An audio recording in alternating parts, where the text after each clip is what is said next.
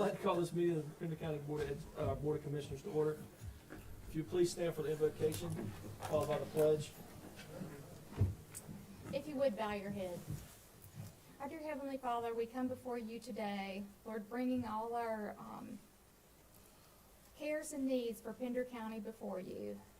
Lord, I ask that you be with each and every one of us, that we make the best and most informed decision that we can, and that's for the best of the citizens of Pender County. In your name we pray. Amen. Amen. Let's pledge. I pledge allegiance to the flag of the United States of America and to the republic for which it stands, one nation, under God, indivisible, with liberty and justice for all. Do we have any veterans? You will remain standing. Thank you for your Thank service. you. I just did it backwards, sorry. Sorry. That's all right. As long as they get recognized, that's all that matters. So, board members, you've had a chance to review the agenda. There is a couple of additions and deletions from the agenda. I'd like to make a motion that as to the published agenda, item 6.1 be removed from that agenda and continue to March 11 of 2024, and that item 9.1 be removed from the agenda and continued to February 20th, 2024. And 8.1 removed from consent and moved to public information. And 8.1, I was going to make a separate motion, but we also moved that out of consent agenda for discussion, and that item be now recognized as item 6.3. Is there any other additions or corrections to the agenda? If not, is there a second? Second. All those in favor, raise your right hand. So we are now at public information. 6.1, tax office update, the new 6.1. Wait a minute, we had a public hearing. No, Do we don't have any public comments. sign-ups? So we have public comments is number 7. That's right. Agenda items, Do we have any sign-ups? Yes, ma'am, so you're ready? Good evening. I'll wait for my presentation. There we go. Okay. So good evening, Chair, Board. I'm just here tonight to give you kind of an end of 2023 year progress report for the tax office. I had come before you in July and given you a status update shortly after I took office as tax administrator, so I wanted to kind of give you an update as to what's going on currently.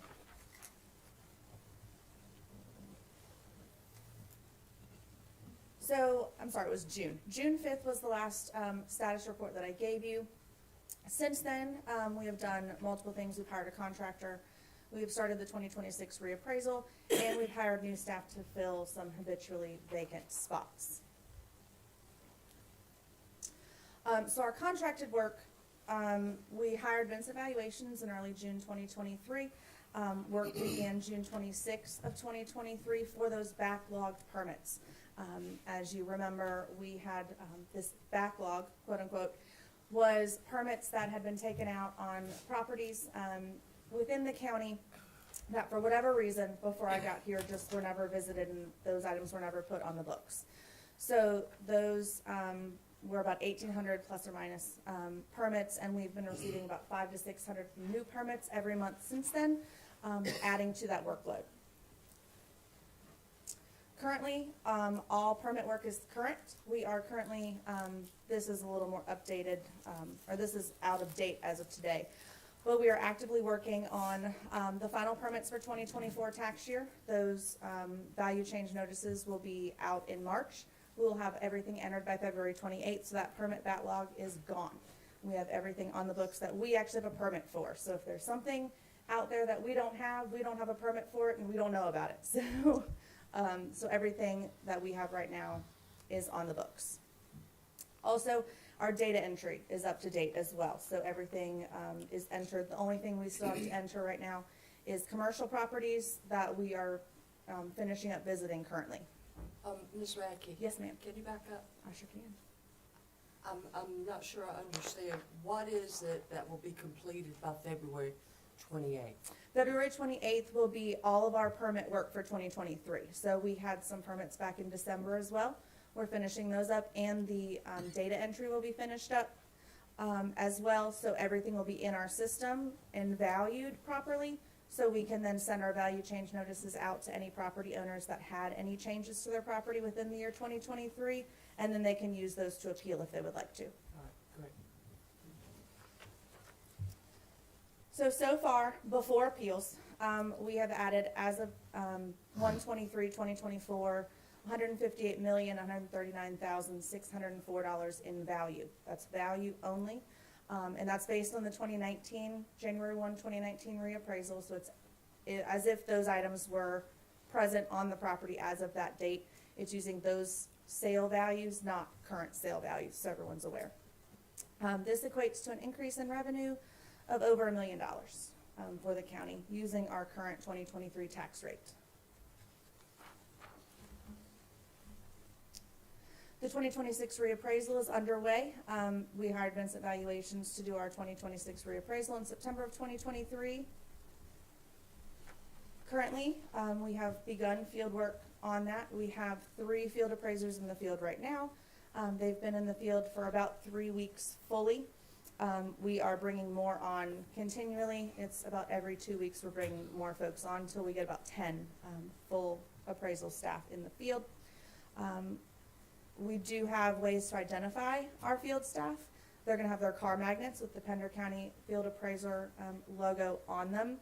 They also have high-vis vests with the county information, and on the back of them it says reappraisal field staff.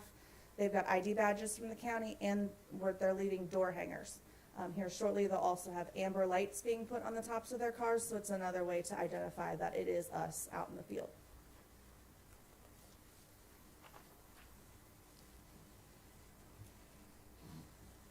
Another issue that we had was staffing. So we, in an already understaffed office for the amount of growth that we had, 4 positions were vacant when I first took as the tax administrator. We had a mapper position open, a data entry position open, and 2 collections positions open. Since June, we lost 2 other employees, adding to our staffing crisis. We lost another mapper and a field appraiser. But currently, we have filled half of those positions. We had 2 internal promotions within the department. We had 1 internal hire within the county, and we had 2 brand new hires. 3 positions remain vacant as of today. However, I did have interviews today for 2 of those positions, so we'll hopefully have those filled in the next couple weeks. So going forward, continue to utilize the contractor to stay up to date with the permit work. Just a little side note, NCDOR guidelines suggest 1 appraiser for every 10,000 to 12,000 parcels. Pender County has 52,500, give or take, on any given day as we're growing. So that means we should have 4 to 5 appraisers at minimum, with only 2 field staff positions, only 1 filled and 1 commercial field appraiser. If we don't keep that contractor on staff, at least for now, until we look at it at budget time, we will fall back behind. So going forward, we'll continue utilizing them until we can find a better solution come budget. Additionally, we'll keep moving forward to the 2026 reappraisal. We'll continue with the field work. We'll continue in phases. Right now, we're on the western side of the county. We're in Atkinson currently, but we'll be moving toward the eastern side. We're working west to east. Most of our splits and mergers and things are happening in, obviously, the Hampstead area, so we're going to save that for last, so we're more up to date on our parcels. And we'll continue to have additional information out regarding our reappraisal regularly. Our initial press release on the reappraisal went out already, and I'll continue working with Brandy Cobb, our communications director, on that.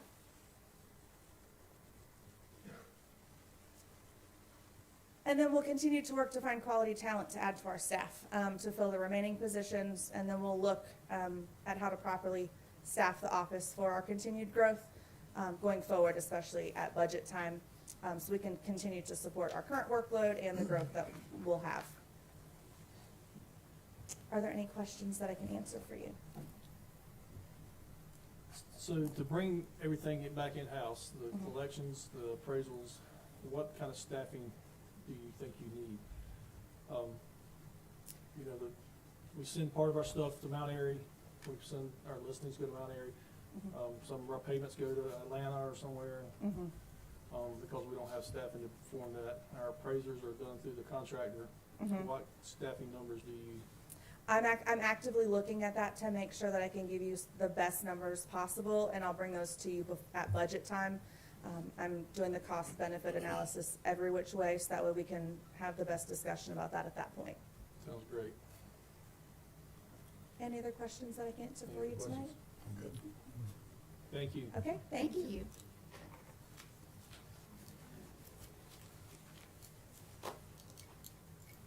6.2, Pender County Utilities Update.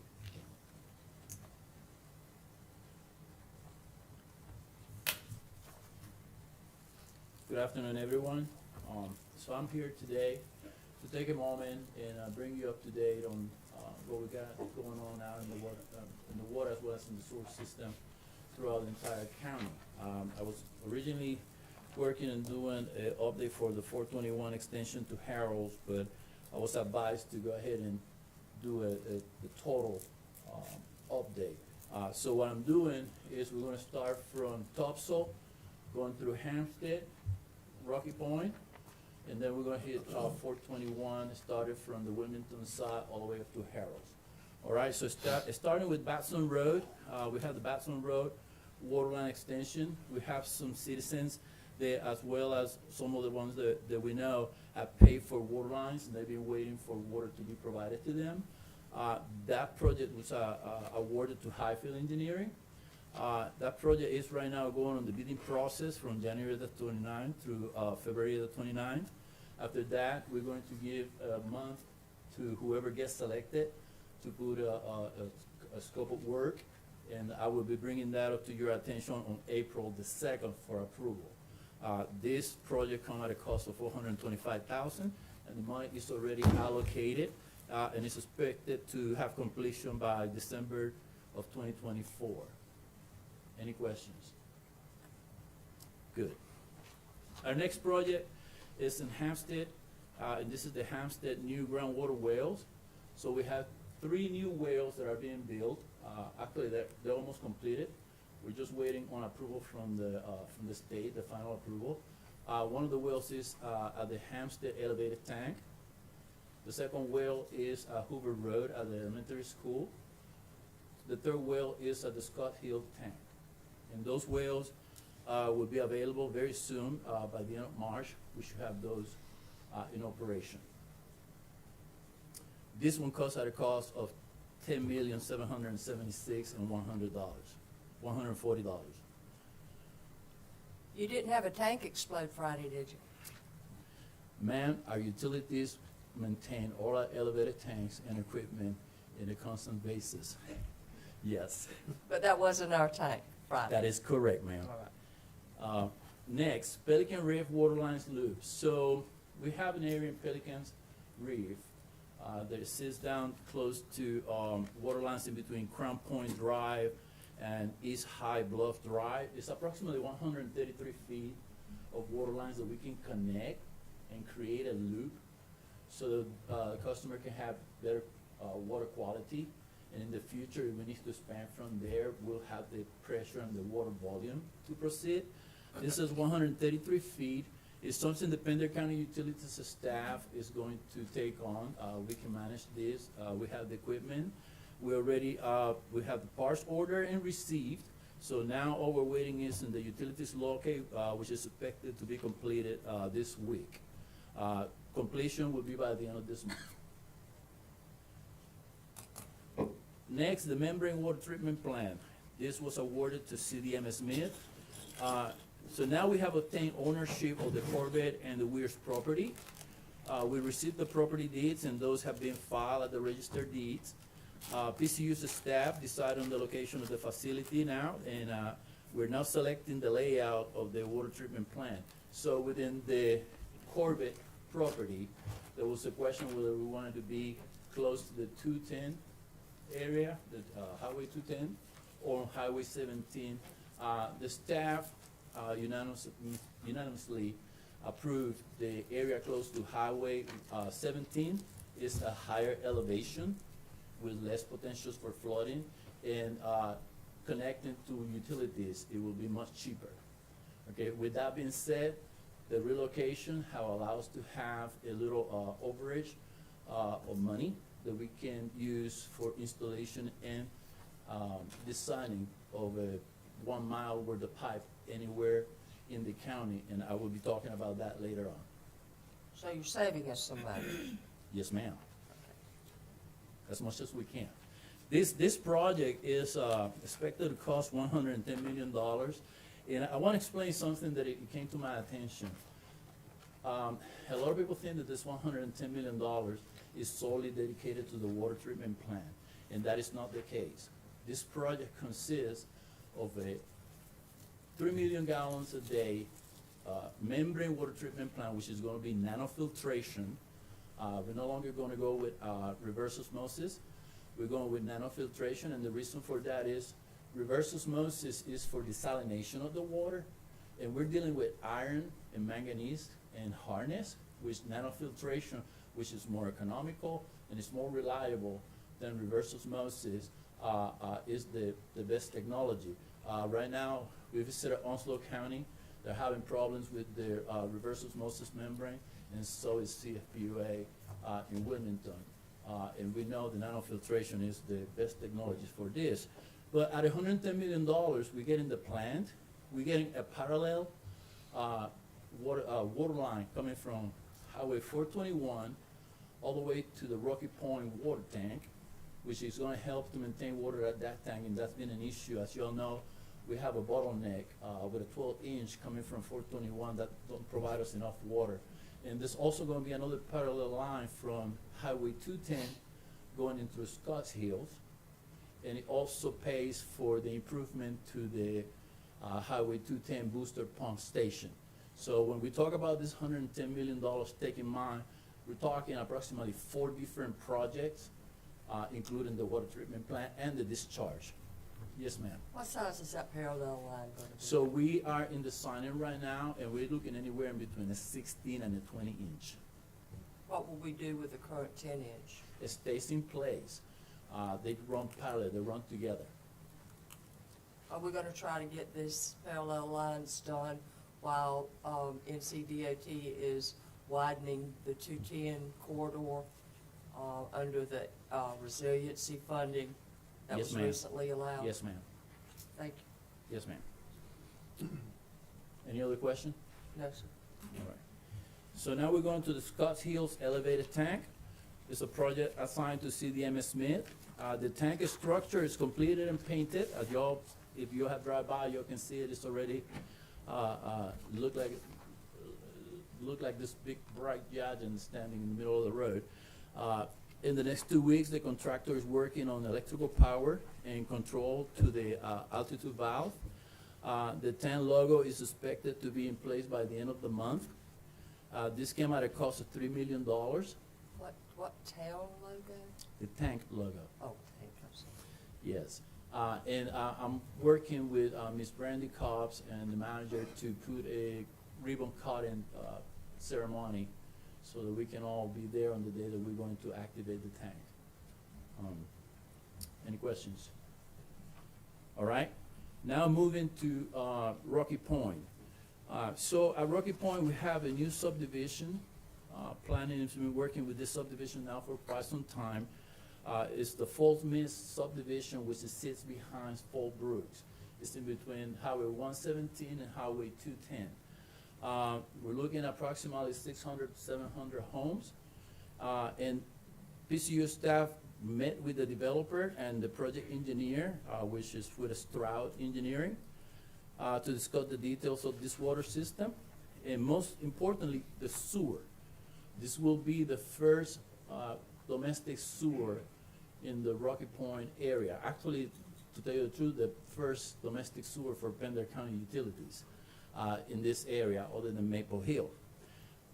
So we will be meeting on Friday, February the 9th, to include the Flores engineer, so they can sit down with the developers and the developers engineer. And here's what happens. Flores have designed a membrane sewer plant that it produces almost bottled water effluent, and it doesn't require a permit. And it's a good technology to be brought in to an area like Rocky Point, where we got very little areas where we can discharge. As you know, with the project of the water plant in Hampstead, one of the things that have taken us a long time is to figure out where we're gonna put the discharge. With these water plants, the Flores builds, they have a total clean effluent, and up to the point that it doesn't require a discharge permit. So I'm bringing the developer and both engineers together on Friday for them to work together to figure out how they're going to design this sewer treatment so that we can get this development in place. Always with the intention, the Pender County Utilities at one point will take over the system. Those are our customers.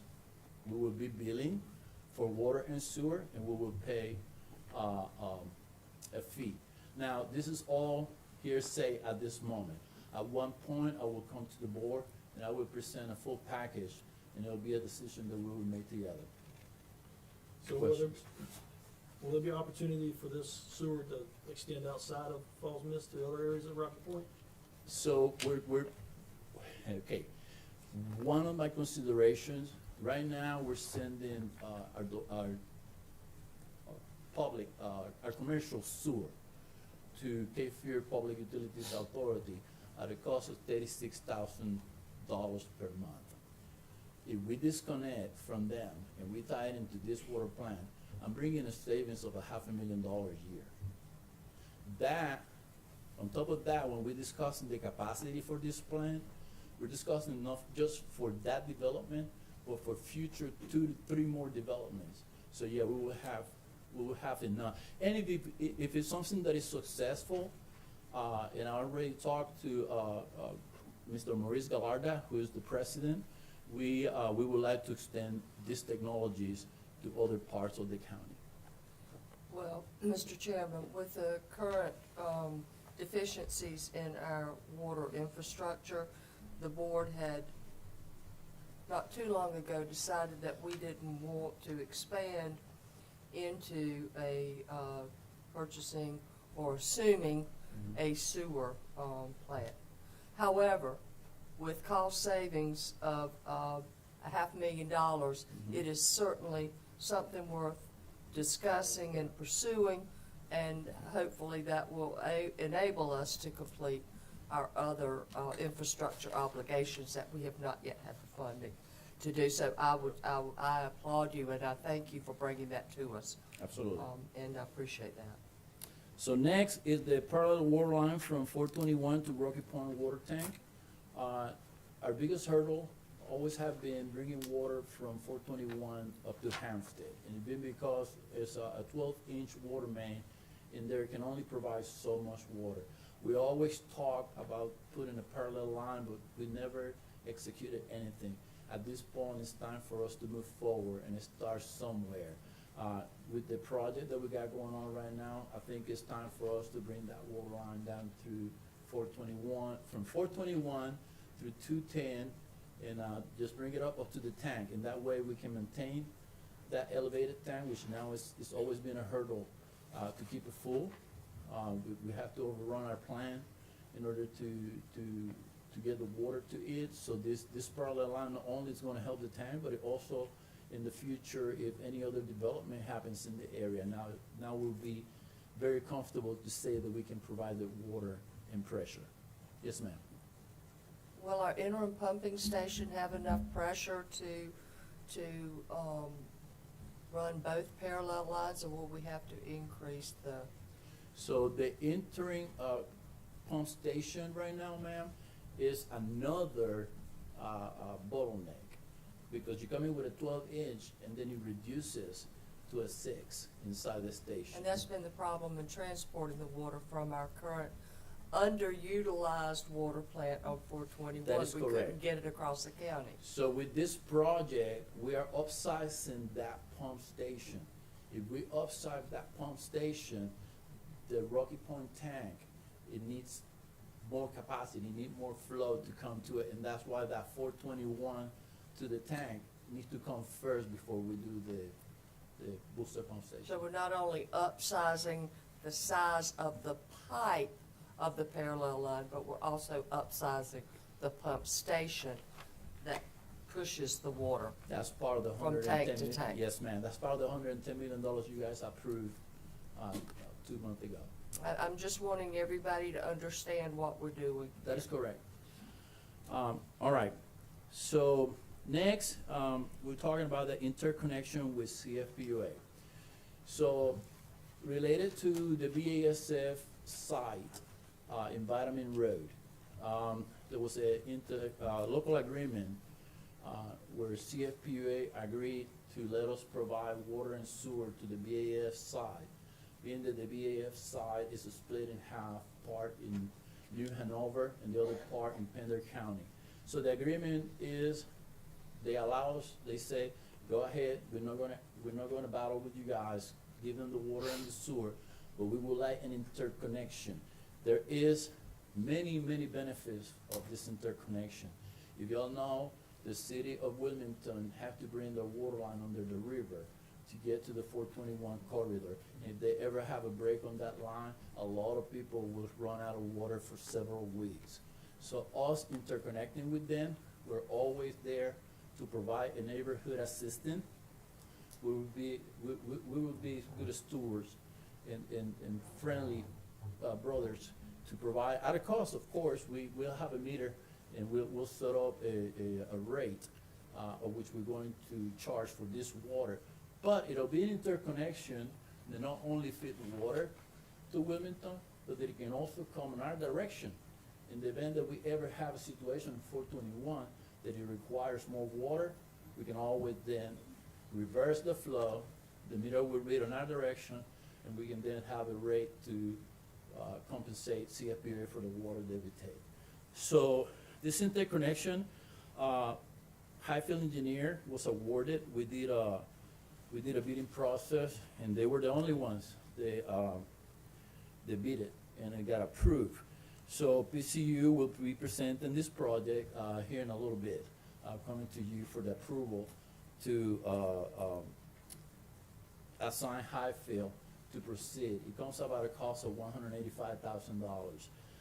And we not yet have a date of completion, as we need to do design and permitting. And so later on, we'll have a more appropriate date of when this is going to be completed. As we're still on 421, we have a new high service pump at our water treatment plant. Our water plant right now is producing 2 million gallons per day, but we're capable to pump more water out of the plant. So being what's coming in the future, we know that we need to go to 4 million gallons per day. So we got to start with a high service pump. So the high service pump, LR Thomas and Son is the contractor that's going to be working on it. And they're mobilizing this month into the plant to install an isolation valve. They'll put this valve, they'll shut down the plant. They're going to install this valve. They close that valve up, and from that moment on, they can do all the work without interrupting the plant. All right, so this is going to happen on this in a couple of weeks, actually. And then this cost comes about $970,320, and it's expected to be completed by late June 2024. So the goal is to go to 4 million gallons per day on our plant. And the plant was already built to do this, and it has the equipment in place. This is the final piece, the high service pump. All right, once the high service pump is in place, then with the new parallel line from 421 to the Rocky Point tank, we should be able to provide as much water as possible. How this helps out? Well, it helps out with our interconnection with the town of Wallace. Because right now, we're paying Wallace enough money for the water that we're taking. We're also working with an annexation that is going on in that area. We're also working on revealing that interlocal agreement to where we can go ahead and pay for the water that we take instead of pay or take. So right now, Wallace is supplying most of the water for the Pender Central District, right? So they provide a good supply of water, sir, but no. Our water plant is capable to maintain the demand. We only use them when we really need it. Back up. Yeah, as a second supply, yes. I think that's a wonderful, situation if we can make that happen, to wean ourselves off of that well water. If we can make that happen, that's another $500,000 that we keep in the county. Yes. Okay, US 421 water and sewer extension to Blueberry Road. So as you know, we have awarded McKeeman Creed with the project of installing 5 miles of sewer towards to Blueberry Road. Also building a pump station. This is as a result of a developer that is building on Blueberry Road, and the first phase, I think, is around 200 homes, and they have requested for sewer services. So this will be our first domestic sewer in that area of the county, capable to extend for 2 more subdivisions. So the bid opening is scheduled for February the 8th, and we're planning on bringing it to the Board of County Commissioner for approval on March the 11th. At this point, we don't have no expected completion date. All right. So let's talk about now Highway US 421 water line extension to Highway 11 and interconnection with Harold Water System. I've been working with CDM Smith since they already done analysis of the area and studies more so about the water system. And we're trying to, in order to go for funding, we're trying to come up with as many reasons of why do we want to do this. It cannot be solely citizens. We have to have other reasons. And I found several, by the way. So the Malpass tank is a tank that, as long as we're getting water from like the town of Wallace, or we have a low demand, that tank doesn't turn over as much. And we have the school, because we have a tank at the end of the water system. So looping from Malpass to Highway 11 would provide water turnover on that tank, providing better water quality to the schools. Explain why looping or flushing of a water system is important, please. Sure. So for anybody here that ever lived in a cul-de-sac, that's what we call the end of a line. So sometimes when you have a water main break, or when the water sits in a pipe for too long, it creates sediments, and guess where they end up? They end up at the end of the line. So at most ends of the line, we have what's called a blow-off, and we like to, from time to time, go and do some maintenance and blow water out and get rid of those sediments. Well, when you have a water tank at the end of the system, that becomes the place where sediments go. So talking about tank maintenance, Malpass requires to be done from time to time, go inside, clean it up, and of course this comes at a cost. If we want to reduce that, looping, which means connecting to another leg so the water continues flowing, it definitely helps in the cost savings of the maintenance of the tank. Not only that, if we will have a water main break on the southern side of the tank, we can always close valves and don't worry that, oh, the tank now sits there alone and it's draining. And then later on, we're gonna have to work hard to fill it up because it will be receiving water from Highway 117 through Pender. You know, so those are the benefits of looping and flushing. So yes. Let me just make a statement.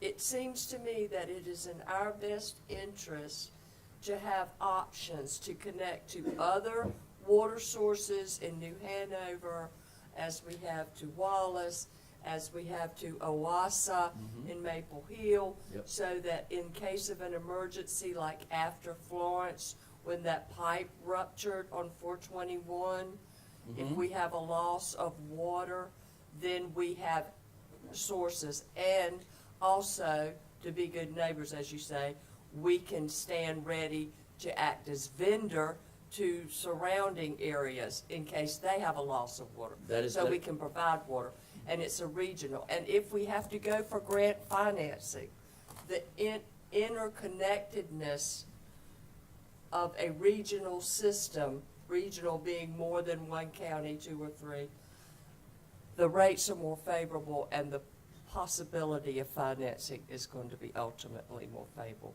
That is correct, ma'am. All grants and funding applications are based on a point system, and those are some of the criteria that are taken in consideration. So our staff in Pender County Utilities went out to our county line, and we dug into the ground, and we discovered the Harrell's water line into our system. It's actually 25 feet into our system from where the county line is. The last customer of our county is connected to that line. And that 25 could- feet to the county line? Excuse me, You sir? say it's 25 feet to the county line? Yes, into. There's only a 3-inch pipe though, isn't it? It's only, yes, it's a very awkward size for water. Yeah. Usually we see a 2-inch line at the end or a 6-inch, but this one is a 3-inch, and it's white PVC, which it tells me it's been there for a long time. But we located, we dug up, we saw it, we got pictures of it. It's about 2.5 feet under and 30 feet into the right of way. So our staff went and located, we know where it's at.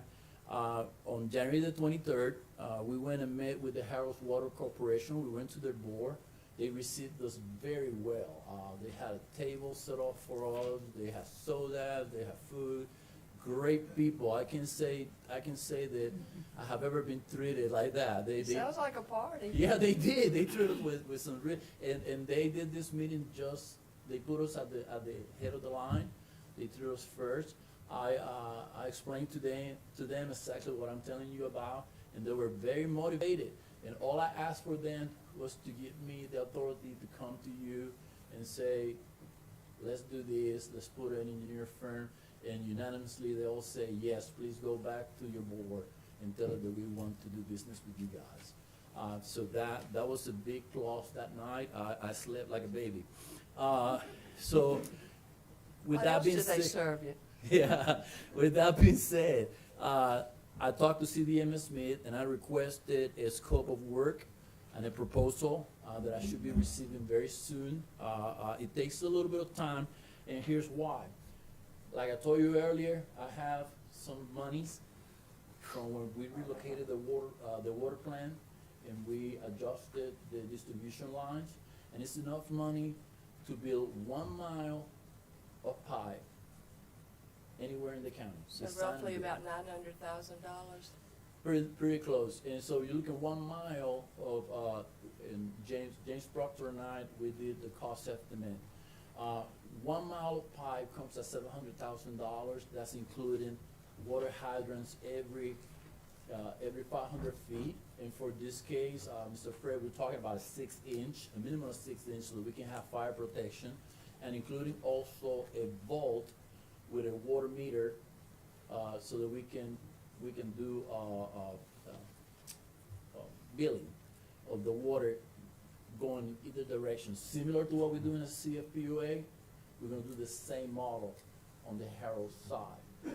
But we were going to use the water from Harrell so that we can pressurize the line, we can do bacteria samples, and at the time, once that line gets installed in there, then I will address the customers of the area, and the citizens of the area, and have them do an agreement with me, to say that, yes, we want the water. And we go to the file, those who pay, and we have receipts of it, will be the first ones, and then the rest will grandfather them to bring them in and start providing water within that first mile. Then the second phase will be from that going into, Highway 11 into Pender Lake, okay? That we're looking at CDBG funding. CDBG usually give you about $4 to $5 million. So that should cover that part of that project. And then, from Highway 11 to Mile Pass, I'm looking, and we have contacted, Mr. Carson Smith and trying to allocate some money for next year's budget, to finish that part going from Highway 11 to the Mile Pass tank and including Union Chapel Road. You might want to talk to Joe Johnson, who is Senator Brent Jackson's administrative aide, and Senator Jackson is head of the Budget Committee. He's been very good to Pender County. Thank you, ma'am. Any questions? I'm expecting to have this completed by summer of 2025. But to have fire hydrants, you gotta have at least a 6-inch line, right? That is correct, sir. Yeah. So I have a question. What is the likelihood that we will be able to get some grant funding that will give our citizens relief along 421 for the connection costs? So according to CDM Smith, for the CDBG, we meet all the qualifications. We pretty much, all we have to do is go through the motions, put the paperwork and submit it in there. So. And what will that get us when we submit the application, if it's So approved? we're looking at, like I told you, the first phase is connecting that first mile, and then from that mile up to Pender Lee, going with that CDBG money. Then where we need to work hard is from Highway 11 up to Mile Pass. So Yes. when you say running it up to Highway 11, Into down Highway. 421, Mhm. are you talking about just the line parallel the road, or are you talking about the connections? The line to the But left. I'm talking about the connections, the endpoint user. So How that, do we finance from the line on 421 to their house? yes, that's part of it. So that's part of the scope of work that I'm working with CDM Smith. Okay. We're not only talking about the line. Highway 11 is a little bit more complicated because there's no homes. It's just a straight line just to loop. But when you get to the Holt Hosiery Mill in Pender Lee, there is water line down the remainder of Highway 11 that can be incorporated That is into correct. that. Yeah, and we. So that will save us some money. Yes, and we went to that point, and that's where we did our measurements, to provide to CDM Smith. But like you see, there's a lot of components in here, and we have to make sure that we do this right. So when we ask for funding, we don't have to later on say, oh, wow, we didn't allocate the money right. And I agree 100%. When we get the funding, we need to get it all in. But I'm going to be faced with the questions from my constituents in District 4. How much is this going to cost me? I So that's understand. what I'm trying to get to right now. What do we anticipate with input from CDM Smith? Mhm. Are we going to be able to get sufficient grant funding that it won't be an exorbitant out of pocket for these folks to hook up to the line? And so, as I was telling you, from Harold up to Pender Lee, that seems to be at no cost. It's To hook fro- up. Exactly. It's from Highway 11 to Mile Pass, that then we have to find out, which we don't know yet, whether we're going to be able to get money from the legislation that we don't have to repay, or that we kinda have to go to SRF, and then we will have to repay that money. Yeah, and that has to do with a lot with the density stuff, how many That is homes are, and how rural and Yes. economic indicators. That is correct. Yes. Which, by the way, the economics indicators are on our favor, Yes, yes. thank you. All right, so That's now. good news. Now moving into my last is Maple Hill Water Tower. So the Maple Hill Water System, y'all remember, we used to purchase water from Chinquapin, and then we decided then to get, actually we didn't decide. What happens is, Chinquapin is in the water reduction zone for the Black Creek wells. So the state have requested for them to reduce the pumpage, and the way that they saw a solution was telling Pender County, hey. It's we need to Onslow let- County now, right? Right. So then what we County did, water. about 3.5 years ago is that we did an interlocal agreement with Onslow County Water and Sewer Authority We did 2 interconnection, one's on Highway 50, another one, remind me the location? Hardy Graham, which is Woodlands. So now we have those 2 interconnections, and what we're seeing is and you know, in Maple Hill is a very small area, the demand is not there, all right? So, Mr. Brian Terry, who's my water and sewer superintendent, have created a flushing program for that area, and he's turning over the water, but what we're noticing is that the elevated tank is not turning over. So one of the things that we did to mitigate this problem is that we have installed a mixer inside the tank, and that mixer turns the water over, so when the water goes down, that upper layer flows to the bottom and it gets out of there. What that does is it maintains the water fresh and always turning over.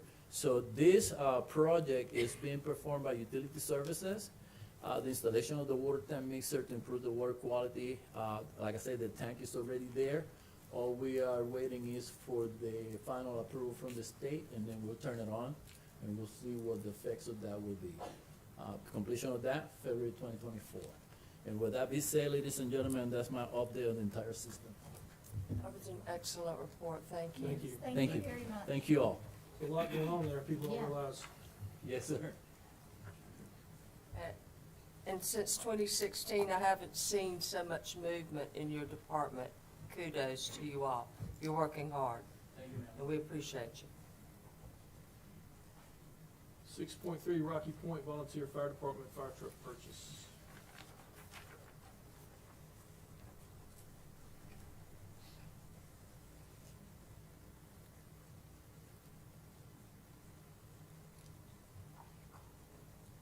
Good afternoon, Chairman, ladies and gentlemen of the board. We just come before you this afternoon to talk about Rocky Point Fire Department's apparatus replacement. This is Deputy Chief Andrew Short from Rocky Point Volunteer Fire Department. He's here with me just so we can present it. Could you talk closer to the mic? How about that? Thank you. All right. Start over. So I'm, No, all right, so what they're looking at getting, and I'm gonna let him talk in a minute, is a 2024 Pierce Sabre pumper. This is a National Fire Protection Association compliant pumper. It is capable of 1,500 gallons a minute and 1,000 gallons of water, which meets the requirements of the Fire Marshal's Office and OSFM. It's got a rated water pump on it that'll be tested and approved by an ISO inspector prior to it ever coming to Rocky Point. It's a Cummins LP diesel with 450 horsepower. Sounds like it's gonna be a good thing. It's got a 50-year structural integrity warranty and a vehicle data recorder, which I thought was cool, because now we can look and see. Are we monitoring speed? Our acceleration, our deceleration, do we have our seatbelts on? Which is a big deal. That's come a long way in the fire service when you used to not wear a seatbelt at all in the engine. So I thought that was a neat facet of Well, it. you used to hang on the side of the truck. Yes, ma'am, in the back. You're exactly right. Oh, excuse me. They've got a 10-year structural warranty, not, what did I say? 50 years? 50. Okay. The cost of this, which will be financed through Civil Federal Credit Union at a rate of 5.4%, is $849,357. This is a, you want to talk about what it is a little bit? What is the length of the loan? The 10-year. It's a 10-year. So this is a stock engine. It's not one that they sat down and built. It's already made because they need one now. And I guess it comes at a cheaper cost. It does. The stock unit comes cheaper. They're already pre-engineered. You can get them faster. So a lot of times if you spec build a truck, right now I think currently is a 2 to 3 year wait period to receive that apparatus when you purchase it. But this is a new truck. Brand new. So they're in desperate need of buying themselves a new truck. Their current engines or apparatus that they have, this new one that they're buying is gonna probably take the place of one, if not maybe two. Their current ones that they run, which are their first out engines, are 2001 vehicles. And those vehicles, belong to Rocky Point now as a second and third owner respectively. So they didn't start new. They've had an exorbitant amount of expense as of late. They just got their squad back from the shop to the tune of $65,000 on a repair bill, and not 3 hours after they got it back, their engine went out of service. So this is definitely a need for the Rocky Point Volunteer Fire Department. And if I could, the fact that they're running apparatus that are second and third owner, I think that's to be applauded, that they have maintained and made these things work for their community department, to do the best that they can on their end. So I'm glad to see this coming to them. Is there any value in the units that you will be replacing? There is a little bit of value. They have to get appraised. I wouldn't expect any more than 50 to 100,000 sale cost on them. Well, that's 50 to I mean, 100, it's- that offsets the purchase price of the new truck. It So is, that's good news. Any other questions for Chief Short? So this is just for information. Yes, sir. For information only. Thank you so much. Thank you. Thank you. Appreciate it.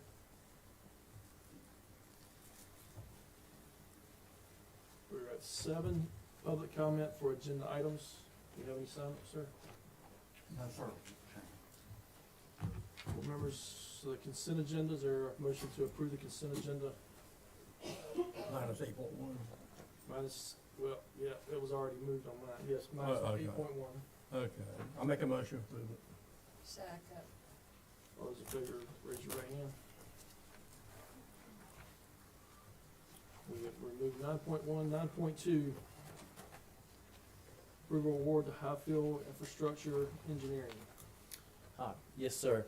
What I need from you all is to approve of the award to Highfill Instructor Engineering for engineering services related to the US 421 interconnection with Cape Fear Public Utilities Authority at a cost of $185,000.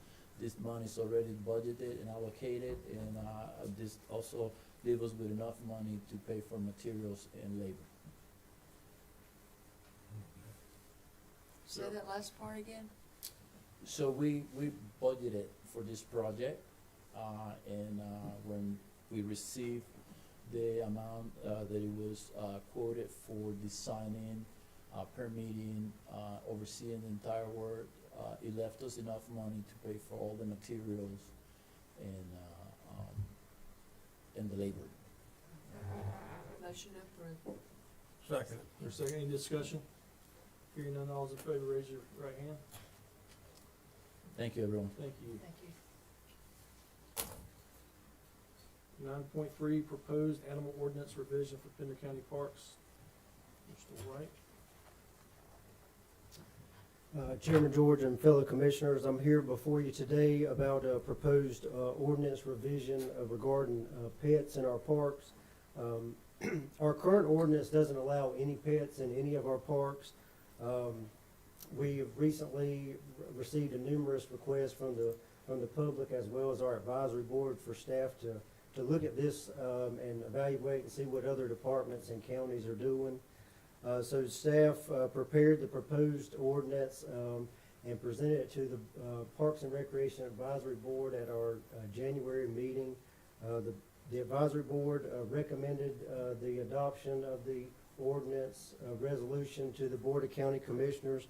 So in your agenda packet, you have the revised ordinance and the resolution adopting that ordinance. And I'll take any questions if anybody has any. Mr. Chair, I have a question.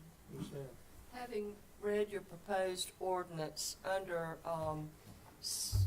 section 1B2, can you please elaborate on what we mean by the dog shall not be allowed to enter into any athletic field or facility, playground facility, or indoor park facilities? Yes, ma'am. So an example would be you were able to walk your dog like on the perimeter, like on the walking paths at the park, but you wouldn't be able to take your dog and release it to run like on a baseball field or something like But that. you would never be allowed to release your dog. Oh, on correct, our yeah, there's a property. leash You have a ordinance. leash. But yeah, so you're not supposed to carry your pet, your dog into an athletic field, like, so onto the field or like into a sand volleyball court. But they could go into the bleachers, or they could Well, they stand could by be the. by the bleachers, yes, ma'am. Yeah. Yeah, and the indoor facilities would be like the Pender League Gym or the restrooms within the parks, and the concession stands. Of course, we don't want the dogs interacting with the playground as well too, because that's been some issues with that. But So, under no circumstances will the dog be allowed off leash. no, ma'am, not currently. The ordinance does allow, if we were to build a future off-leash dog park or something, it Which is allows for needed. that. Yes, ma'am, and that was a recommendation in our master plan as well. But currently, we don't have a designated off-leash dog area, but the ordinance does allow for that in the future. Well, I applaud you and your Parks and Rec Board, because this has been a deficiency that needed to be addressed. It's a shame that the family is out at the park having a nice day, and the other furry family member is at home, back in the backyard. So, good. I support you 100% in this. Thank you. But, one more observation. Okay. Will the areas be marked? I mean, if a stranger doesn't know any better, and they come to see their niece or nephew's game, and they've got their pet with them, are we gonna have signage that clearly delineates permissible areas? Yes, ma'am. So we're, if this is adopted tonight, we're working on redoing our park rule signs currently. And so we'll be working with Brandy Cobb, our communications manager, and we'll be increasing the signage and making it more visible. Yes, ma'am. And we'll address the areas Yes, which yes, dogs are ma'am. allowed to Yep. be in. Yes, ma'am. And are we also going to fund, way station bags like we do on the walking trails in Burgal? If we're gonna allow the pets to be on the property, we have to make provisions, it seems to me, for the pet owners to clean up after them, so Yes, ma'am. we have to have those little stands and stations like we do on the walking trail in Burgal to, Yes, ma'am. Yep. 'cause, And yeah. I applaud this. This is great for dog owners in Pender County. I think. So do we have a motion to approve? Motion to approve. Second. All those in favor, raise your right hand. All right, thank you. Thank you, sir. Thank you, sir. 9.4, resolution establishing the Board of Equalization and Review.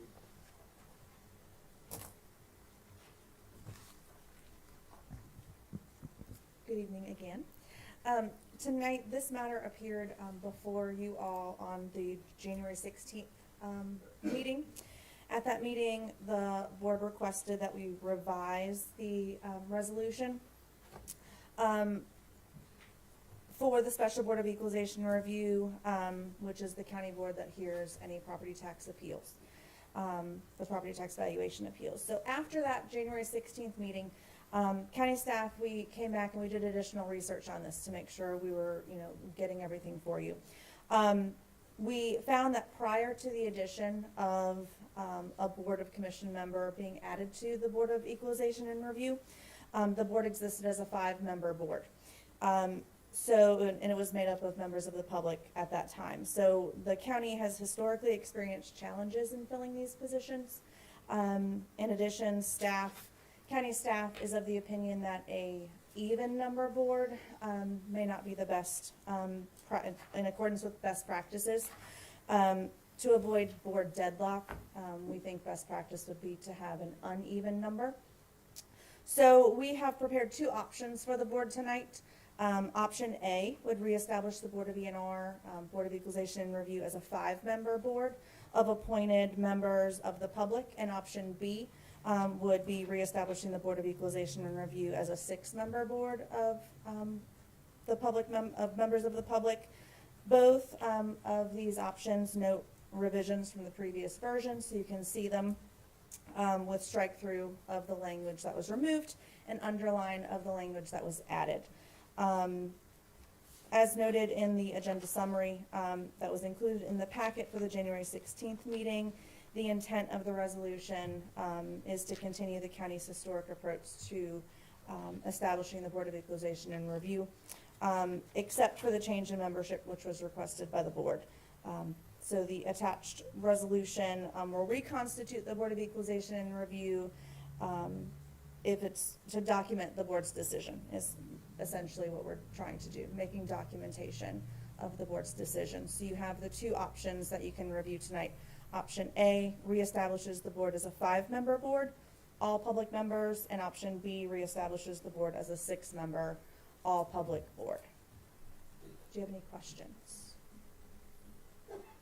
Any questions, board members? How often does this board meet?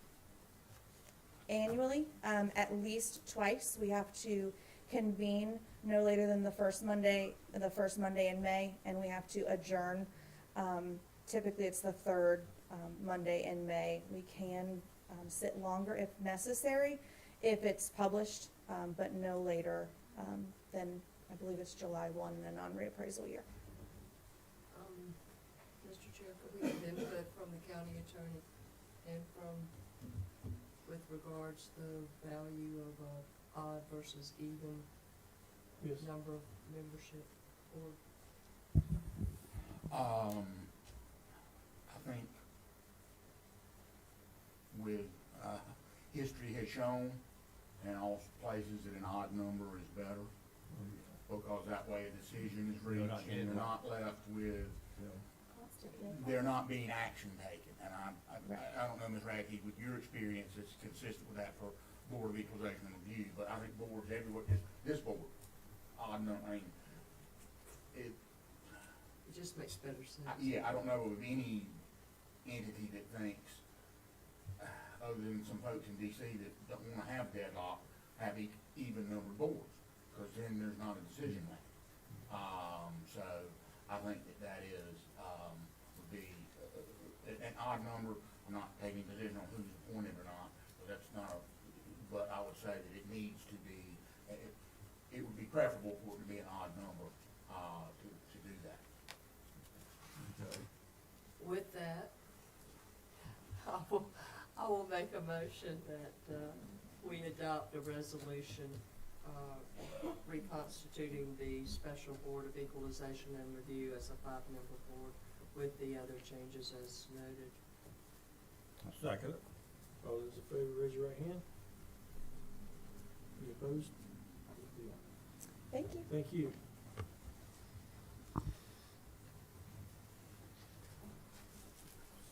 Appointments. Appointment to the Library Advisory Board. So for the first one is for the Library Advisory Board. It's Catherine Ford. She's applied for the District 2 seat.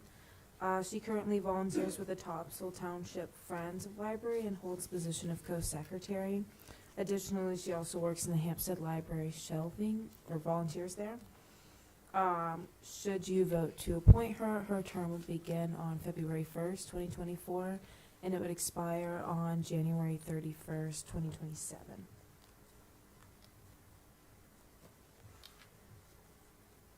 Board members, we have a request for an appointment to the Library Advisory Board. Is there application, or is there a motion to approve the application? Motion approved. Second. Second, all those in favor, raise your right hand. All right, the second one is for Miss Brandy Watts. So this one, she has applied to be on any board that you guys see fit. She has shown interest in the tourism board as well as the Nursing and Adult Care Homes Advisory Committee and the Board of Health. She currently has a history in nursing and long-term care, so like the Nursing Home Committee, which is why I recommend her for that board out of the 3. She has stated she is more than welcome to serve at whatever capacity you appoint her. What district availabilities? So, should you appoint her to the tourism board, it would be as a District 3 representative. Her term would begin on September 1st, 2023, so she'd be filling in on an empty term currently, or a vacant term, I should say, and it would expire on October 31st, 2026. The Tourism Board has 2 openings, so additionally there is an at-large position, and that term would begin February 1st, 2022 and expire January 31st, 2025. For the Advisory Board of Health, they have a physician representative. I did speak to Carolyn Moser, the health director. She says in the past they have had a nurse serve in that capacity. However, that board currently already has 2 members that are nurses. Should you appoint her to the Board of Health, that term would begin February 5th, 2024 and expire January 31st, 2027. And then for the Pender County Nursing Adult Care Homes Advisory Committee, that term, they do not have districts, so that term would be July 1st, 2022 and expire June 30th, 2025. Sorry, that was a lot. Thank you for bearing with me. How many vacancies do we have on the Pender County Nursing and Adult Care? I believe they have 3 or 4 right now, and when I spoke to my point of contact for that board, she says they do work better when they have a fuller board. They just had a couple terms expire recently, and that's why. So, I'm on, the advisory board of the health department, and we do have several nurses, and we pretty much have a full board. So I would recommend, just as a comment, that we place her on the Pender County Nursing Adult Care Homes Advisory Committee. Because I know in my work at the COG, it's imperative that we have representatives in these facilities who can work with COG and other folks to make sure that these citizens have a voice. I think with her background as well, she would serve well in that capacity. So is there a motion and a second? Yes. Yes, All I'll those second. in favor, raise your right hand.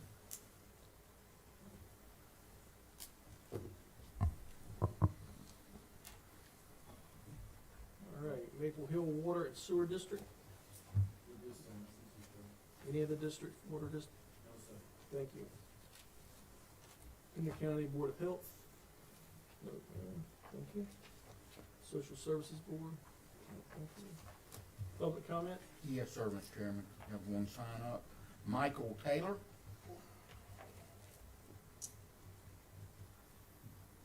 Mike Taylor? Yeah, I think I saw him leaving a while ago.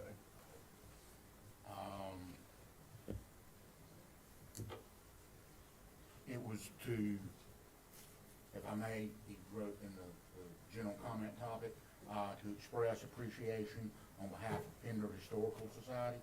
Now, I saw him. Yeah. but I saw him too. I just talked You to were him. talking to him. He was. Maybe he couldn't wait. Tommy, would you mind sticking your head out and see if he's in the? It's- Yeah, okay, thank you. Perfect. That was the only sign up. Okay. Well, that's nice. Items from the county attorney? Yes, sir, Mr. Chairman, we need to go into closed session, pursuant, excuse me, to item 3, attorney-client, item 4, economic development, and item 6, personnel.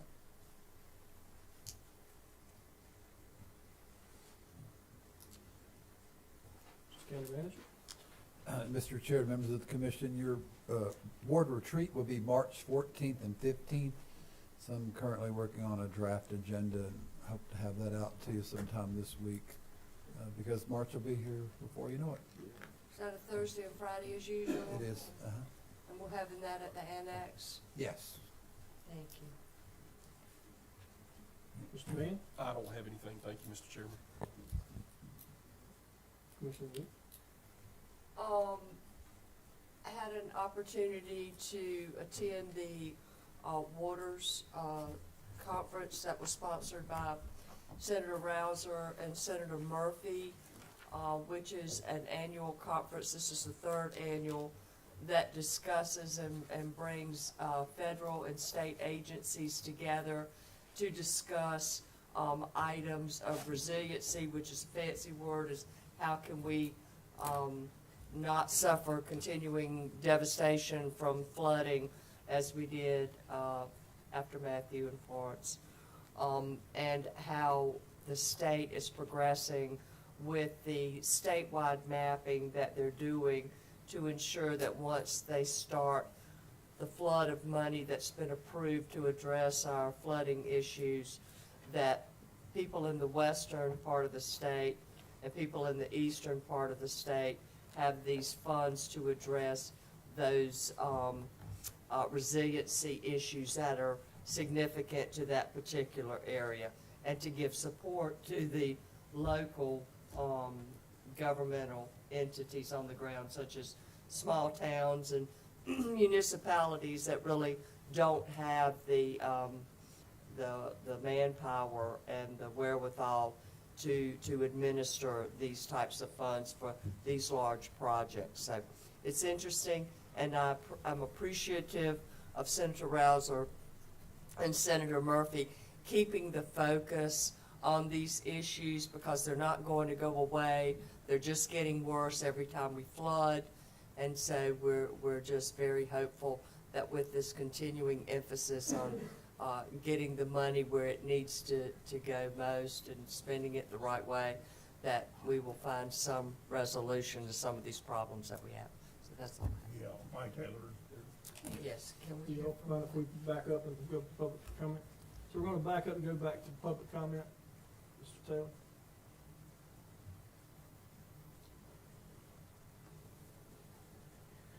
Thank you so much. I apologize for not being in the room. You called me.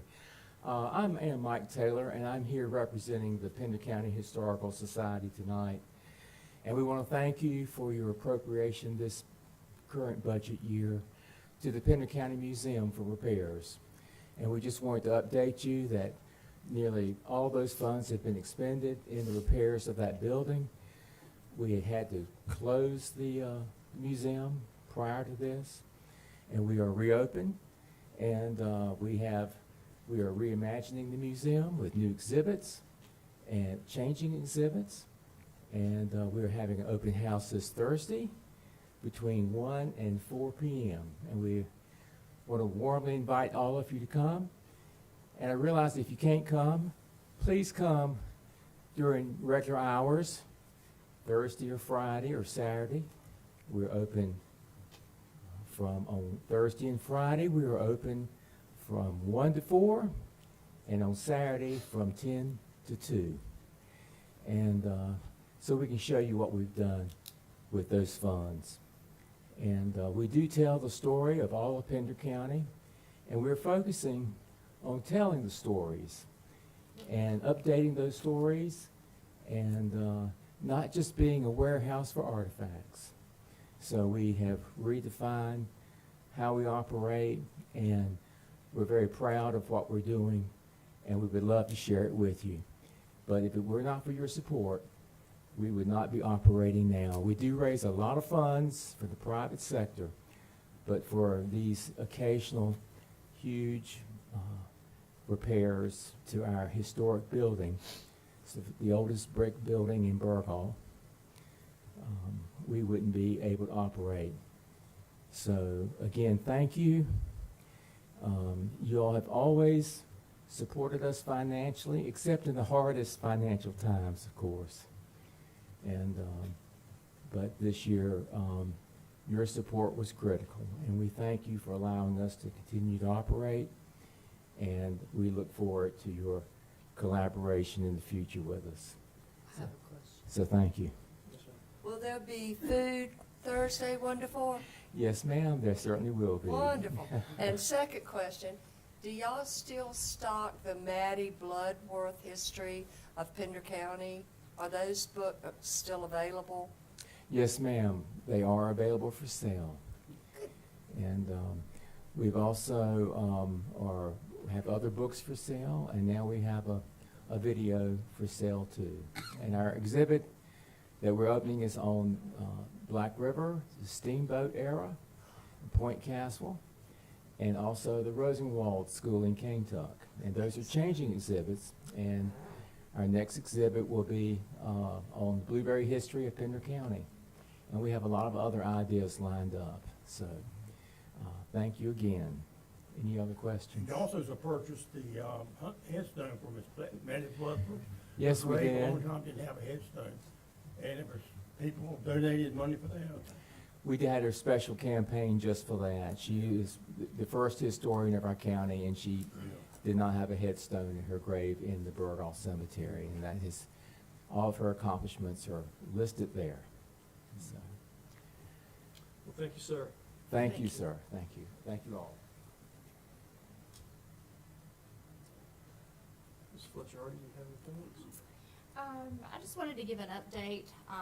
I know it doesn't exactly affect so many people in Pender County as it does in New Hanover County, but if you have to make that trek into town and cross the Cape Fear Memorial Bridge, I know you all are very well aware of what you've heard on the news about the lanes being closed. We had a meeting last Wednesday. It was on the news, a lot of people in attendance. But I wanted to try to clear up some maybe misinformation, because there were so many people who came with just signs that said no toll. So I don't think they quite understood where we were actually going with trying to look at a toll option. So I just wanted to read a couple of things to you about the Cape Fear River Bridge. It actually was a resolution that was put before us to try to look at other options to be able to score the bridge as high as possible so that the bridge can be replaced. So let me just read this to you. It's not that long. It's just a lot of numbers, and hopefully it'll help clear up if you had any questions about it whatsoever. The Cape Fear River Bridge resolution before the MPO, which is the Metropolitan Planning Organization, to request that the NCDOT modify the WMPO's prioritization 7.0 project submittal to evaluate a toll option for the Cape Fear River Memorial Bridge is P 7.0. Any proposed submission of the Cape Fear Memorial Bridge as a toll option would be for scoring purposes only, and it would not commit the project to being programmed and delivered as a toll facility. In fact, future affirmation from the WMPO would be required for the replacement of the bridge as a toll facility, and further, the WMPO can withdraw any approval of a toll option up until the North Carolina Department of Transportation advertises for a contract to construct the replacement of the bridge. In order to be considered for federal funding, this project would need to score high enough in the prioritization 7.0 just to be considered. Most, if not all, of the members are opposed of actually considering a toll for the replacement of the bridge, and that would be the members of the WMPO.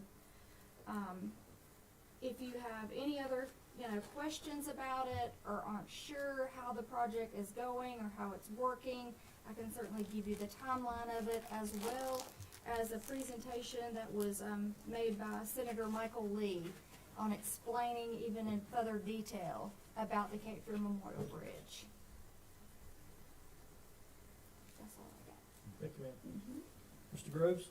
Yeah, I've been pretty busy with DOT in Rocky Point trying to get some drainage done for several homes. They can get 1 inch of rain and it's almost like a flood. So I've been working with them, with Mr. John Calvin out of the Burgall office.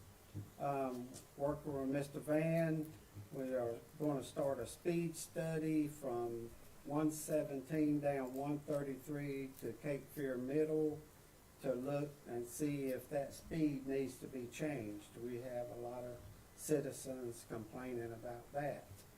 I had a chance to join and be a member of the Cape Fear Resource Conservation Development. It's a yearly meeting here in Burgall, and found out about a lot of projects that are going on, and it affects our drainage and our flooding here in Pender County. And our keynote speaker was Timothy Beard, and he was director of USDA in North Carolina. And it was very interesting and very just, I don't know what other word except interesting to see where the money went. You'd be surprised at how much money goes in different areas.